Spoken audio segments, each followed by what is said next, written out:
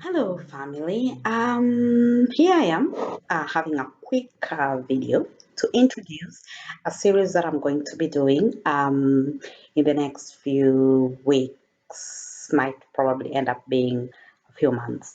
Anyway, one of the things that I do at the moment is I try as much as I can to save and to invest. Budgeting has never been my strong suit, and I tend to spend a little more than I have, actually more than I have. But when I got into the habit of saving, and this came about after, well, if you look at the video about debt, you will see that at some point I was in deep debt, and it wasn't my fault that I was in debt. But then when I got out of debt, I made a conscious decision that I was never going to allow myself to get into debt again. So I started a little bit, and it started with I just didn't know how to save, and I didn't know how to commit a certain amount of money to to save. So well, it started with uh, joining savings groups, the merry-go-rounds, and then it went to working very hard with um, doing extra jobs to kind of make that extra money. And so, I mean, I just kept doing small things to try and raise the extra money. And then it reached a point where I made so many mistakes. And there's so many things that I wish somebody would have told me. But because I was not even confident in what I was doing, I didn't even know where to start, who to ask, how to ask. I didn't know any of that. So, right now, I want to do a series which I am going to call Investment Tuesdays. So every Tuesday, I will be posting a video, something to do with investments. I'm going to talk mostly to, well, my main focus is mostly younger people because I mean, I'm 40 now. I'm not saying I'm old, but I wish there are things that I wish I would have been told when I was in my 20s so that when I start working, I already get into the habit of it. I need to talk to some people who so I want to have this conversation about how to start getting into that habit. Then another group of people who I see have a problem with investments are people who live in the diaspora.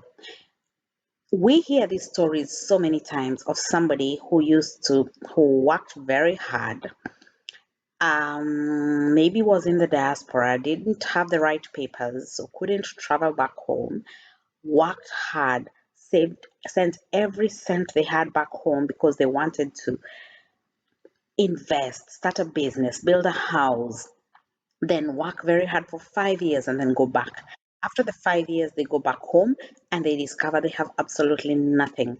And we have seen people who have ended up in deep depression because of things like this. And it's so easy to actually do this nowadays, especially with technology. So many banks, so many places have made it easier for people who are in the diaspora to be able to raise the money that they need. And I just feel like this is something that many people just don't know. They just honestly don't know how to look for this information and they don't trust this information. They don't know the options they have. Everything just seems like a scam to them. And sometimes when you've been scammed once, and I can tell you, I have been scammed a number of times. I feel, by the way, it had reached a point where I had said, I'm never, ever going to do anything back home because for me, it just felt like everything was out to scam me. I remember had money in a bank, then the bank fell. Um, and I had I mean there were so many things that just never worked, and it was sad because I wanted to build, and I've had builders who disappear with my money.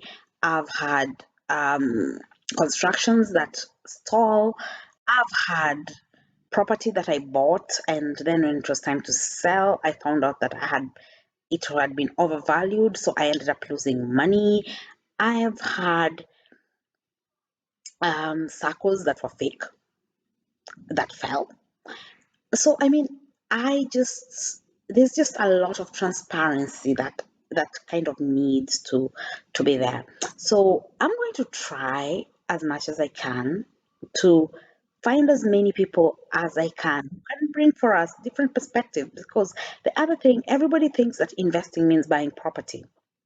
I have long given up on real estate. I don't think it's for me. I don't see myself being that interested in being a landlord. So for me, real estate is out. But there are things that I think I'm finding interesting, like the money market and um, bonds and, things like that. And it's sad that even, you know, as somebody who lives in the diaspora, I've had friends who say, yeah, I just put my money. But then I keep telling them, okay, if you know you're going to go home in 3 years, why don't you put some money? And even if it's just in a fixed deposit account, I mean, it's not that much interest, but it's safer than giving it to your relative to keep for you. And some people don't even know how they're going to open that bank account because they never had a bank account. And, or some people had a bank account and then it closed because they're not putting any money in it.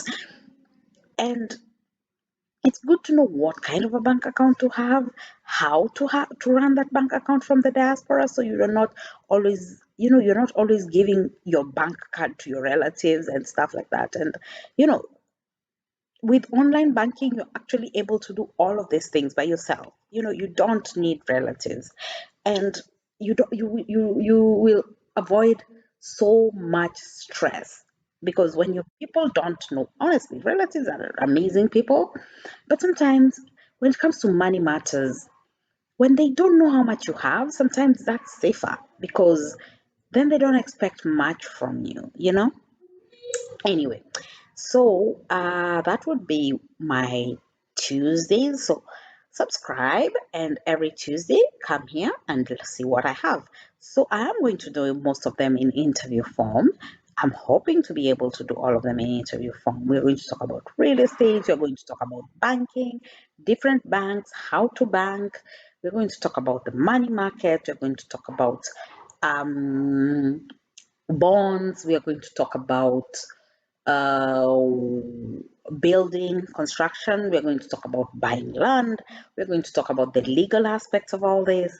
We're going to talk about um, just basically a lot of things. And I'm going to try and get as many different points of view as possible, because I also don't want you to think that I'm forcing something on you. I want you to have, because I'm doing research. I'm basically doing research, and I want you to be part of my research.